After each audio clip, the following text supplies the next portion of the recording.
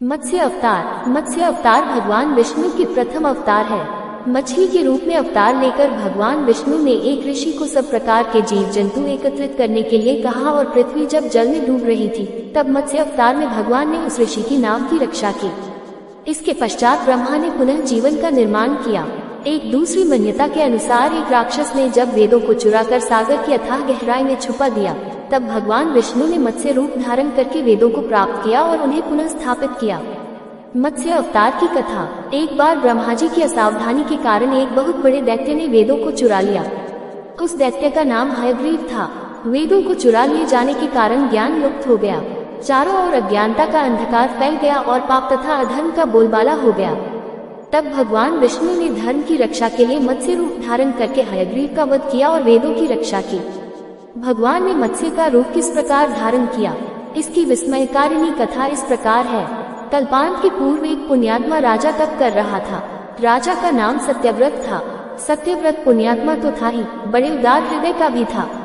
प्रभात का समय था, सूर्योदय हो चुका था। सत्यव्रत कृतमाला नदी में स्नान कर रहा था। उसने स्नान करने के पश्चात जब तर्पण के लिए अंजलि में जल लिया तो अंजलि में जल के साथ एक छोटी सी मछली भी आ गई। सत्यव्रत ने मछली को नदी के जल में छोड़ दिया। मछली बोली, राजन, जल के बड़े बड़े जीव छोटे छोटे जीवों को मारकर खा जाते हैं। अवश्य कोई बड़ा जीव मुझे भी मारकर खा जाएगा। कृपा करके मेरे प्राणों की रक्षा कीजिए। सत्यव्रत के हृदय में दया उत्पन्न हो उठी। उसने मछली को जल से भरे हुए अपने कमंडलों में डाल लिया। तभी एक आश्चर्यजनक घटना घटी। एक रात में मछली का शरीर इतना बढ़ गया कि कमंडलू उसके रहने के लिए छोटा पड़ने लगा। दूसरे दिन मछली सत्यव्रत से बोली, राजन, मेरे रहने के लिए कोई दूसरा स्थान ढूंढिए, क्योंकि मेरा शरीर बढ़ गया है। मुझे घूमने फिरने में बड़ा कष्ट होता है। सत्यव्रत ने मछली को कमंडलू से निकालकर पानी से भरे हुए मटके में रख दिया। यहाँ भी मछली का शरीर रात भर में ही मटके में इतना बढ़ गया कि मटका भी उसके रहने के लिए छोटा पड़ गया। दूसरे दिन मछली पुनः सत्यव्रत से बोली, राजन, मेरे रहने के लिए कहीं और प्रबंध कीजिए, क्योंकि मटका भी मेरे रहने के लिए छोटा पड़ रहा है।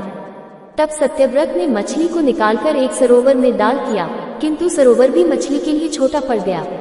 इसके बाद सत्यव्रत ने मछली को नदी में और फिर उसके बाद समुद्र में डाल दिया। आश्चर्य, समुद्र में भी मछली का शरीर इतना अधिक बढ़ गया कि मछली के रहने के लिए वह छोटा पड़ गया। अतः मछली पुनः सत्यव्रत से बोली, राजन, ये समुद्र भी मेरे रहने के लिए उपयुक्त नहीं है। मेरे रहने की व्यवस्था कहीं और कीजिए। अब सत्यव्रत विस्मित हो उठा। उसने आज तक ऐसी मछली कभी नहीं देखी थी। वह विस्मय भरे स्वर में बोला, मेरी बुद्धि को विस्मय के सागर में डुबो देने वाले आप कौन हैं? मत्स्य रूपधारी श्रीहरि ने उत्तर दिया, राजन, हयग्रीव नामक दैत्य ने वेदों को चुरा लिया है। जगत में चारों ओर अज्ञान और अधर्म का अंधकार फैला हुआ है। मैंने हयग्रीव को मारने के लिए ही मत्स्य का रूप धारण किया है।